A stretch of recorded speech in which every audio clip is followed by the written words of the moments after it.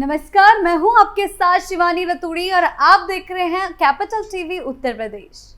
उत्तर प्रदेश में जब भी विकास की बात आती है तो सबसे पहले उस अंधकार को याद किया जाता है जिससे पूरा प्रदेश बाहर आया है, यानी कि अखिलेश के कार्यकाल को।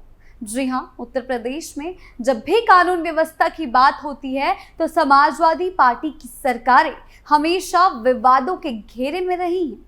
अखिलेश यादव के नेतृत्व में प्रदेश में एक ऐसी तस्वीर उभर कर सामने आई है जहां अपराधियों को खुला संरक्षण मिला, प्रशासन राजनीतिक दबाव की कठपुतली बन गया था और पुलिस तंत्र इतना कमजोर हो गया कि आम जनता की सुरक्षा और न्याय तक की उम्मीदें धुंधली पड़ गई।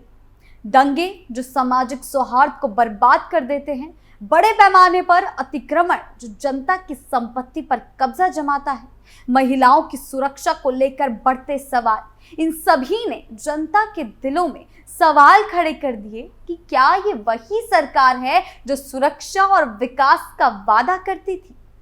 लेकिन सबसे चौंकाने वाली बात यह है कि अब वही नेता, सांसद और विधायक जो पहले राजनीतिक संरक्षण के चलते कानून के दायरे से बाहर थे, आज कानून की कठोर पकड़ में है। पुलिस और प्रशासन में हुई मजबूती ने यह साबित कर दिया कि अब कोई भी अपराधी या भ्रष्ट व्यक्ति अछूता नहीं रह सकता। ये बदलाव समाजवादी पार्टी के लिए एक बड़ी चुनौती बन गया। अब सवाल ये उठता है कि क्या ये रणनीति और राजनीति के पुराने तरीके अखिलेश यादव के लिए भारी पड़ेंगे। 2027 के चुनाव में उनकी राजनीतिक गाड़ी कहीं उसी पटरी पर तो नहीं है। आज की हमारी खास रिपोर्ट संदेश स्पेशल में हम इसी पर नजर डालेंगे, कैसे उनकी राजनीतिक चालें और गलतियां उन्हें सत्ता से दूर कर रही हैं और क्या इस बार आने वाले चुनाव तक को वो इन्हीं गलतियों की वजह से हाथ धो बैठेंगे।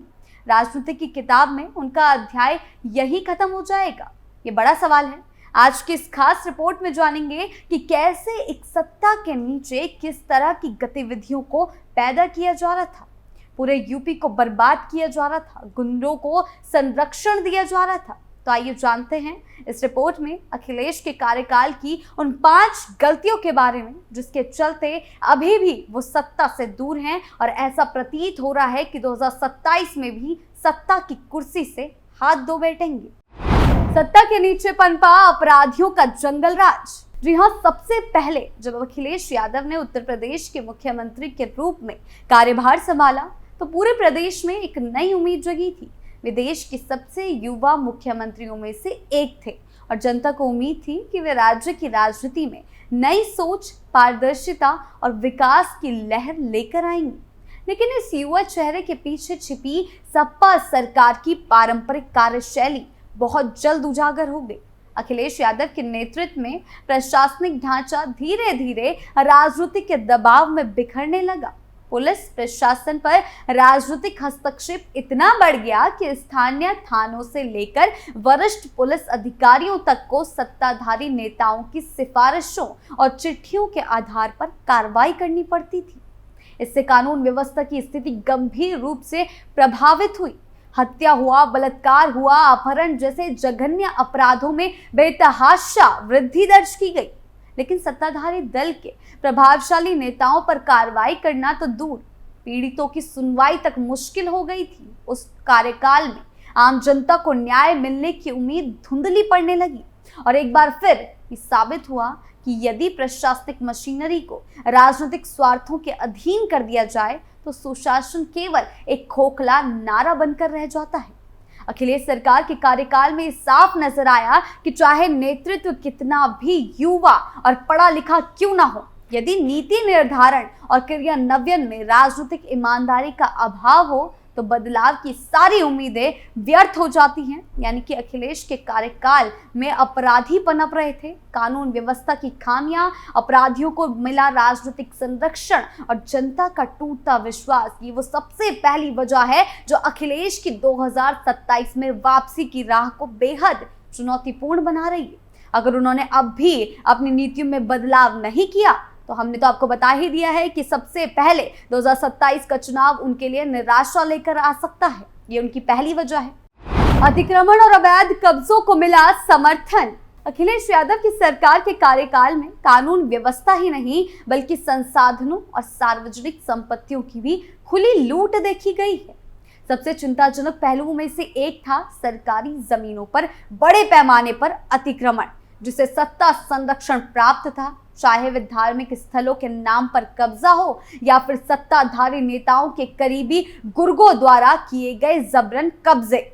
प्रशासन मूक दर्शक बना रहा। स्कूलों, अस्पतालों और सार्वजनिक पार्कों के लिए आरक्षित जमीनें धीरे धीरे अपराधियों और रसूखदारों के व्यवसायिक अड्डों में तब्दील होती चली गई।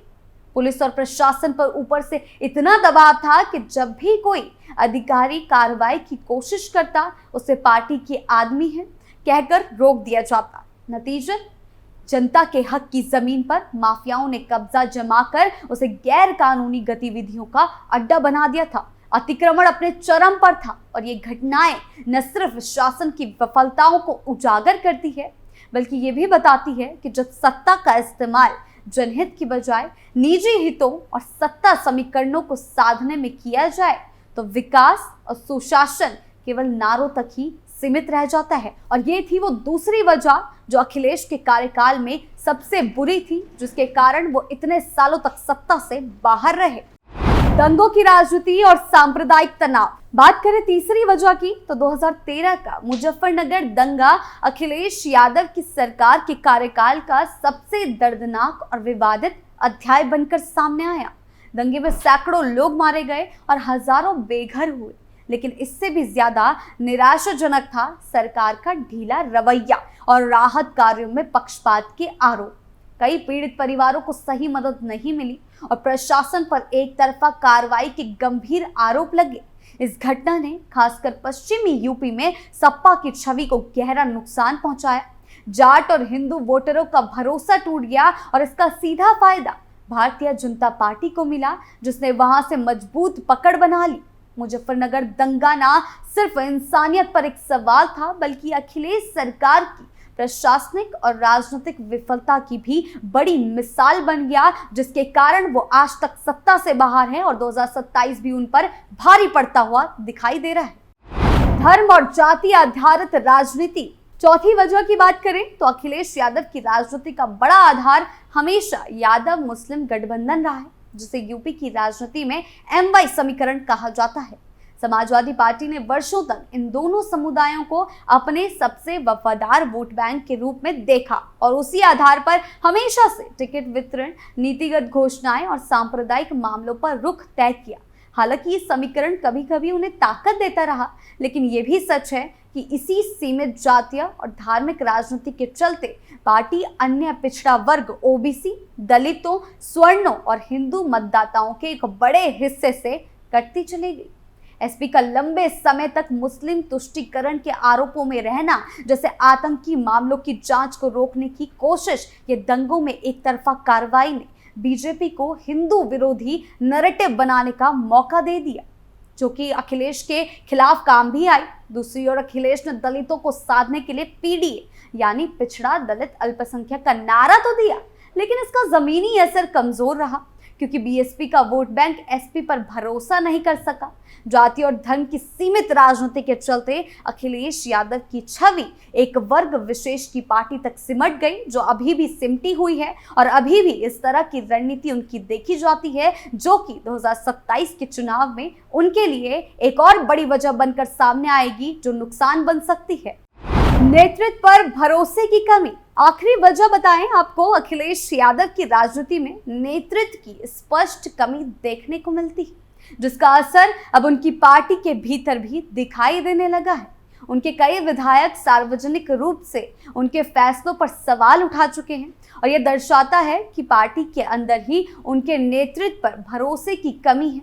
यह स्थिति समाजवादी पार्टी के लिए बेहद चिंताजनक है, क्योंकि जब नेता पर ही विश्वास ना हो तो संगठन कमजोर पड़ता है।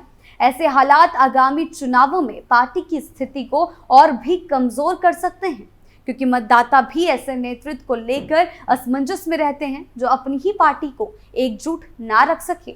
यही नेतृत्व संकट चुनावी परिणामों पर सीधा असर डाल सकता है और ये आखिरी वजह थी जो अखिलेश की राजनीति पर भारी पड़ती हुई दिखाई दे रही है। इन तमाम पहलुओं, अपराधियों को मिला सत्ता संरक्षण, अतिक्रमण पर मौन प्रशासन, दंगों में पक्षपात के आरोप, सीमित जाति धर्म आधारित राजनीति और नेतृत्व की कमजोरी ने अखिलेश यादव की राजनीति को एक ऐसे मोड़ पर लाकर खड़ा कर दिया है जहां से वापसी आसान नहीं रह गई है। अखिलेश आज अपने ही कार्यकाल की विफलताओं और नीतिगत भ्रमों के बोझ तले दबते हुए दिखाई दे रहे हैं। 2027 का चुनाव अब सिर्फ एक राजनीतिक चुनौती नहीं है, बल्कि उनके लिए एक परीक्षा बन चुका है, जहां यदि उन्होंने अपने दृष्टिकोण, रणनीति और संगठनात्मक नेतृत्व में ठोस परिवर्तन नहीं किया, तो ये चुनाव उनके राजनीतिक करियर के सबसे बड़े झटकों में से एक बन सकता है। जनता अब सिर्फ चेहरे नहीं, नतीजे देखती है और फिलहाल अखिलेश यादव को वो भरोसा फिर से जीतने के लिए बहुत लंबा रास्ता तय करना होगा। लेकिन उनकी पिछली विफलताओं को देखकर ऐसा लगता है कि 2027 में इन्हीं कारणों से एक बार फिर अखिलेश विपक्ष में ही बैठेंगे। आपकी इस बारे में क्या राय है, हमें कमेंट सेक्शन में जरूर बताएं। नमस्कार।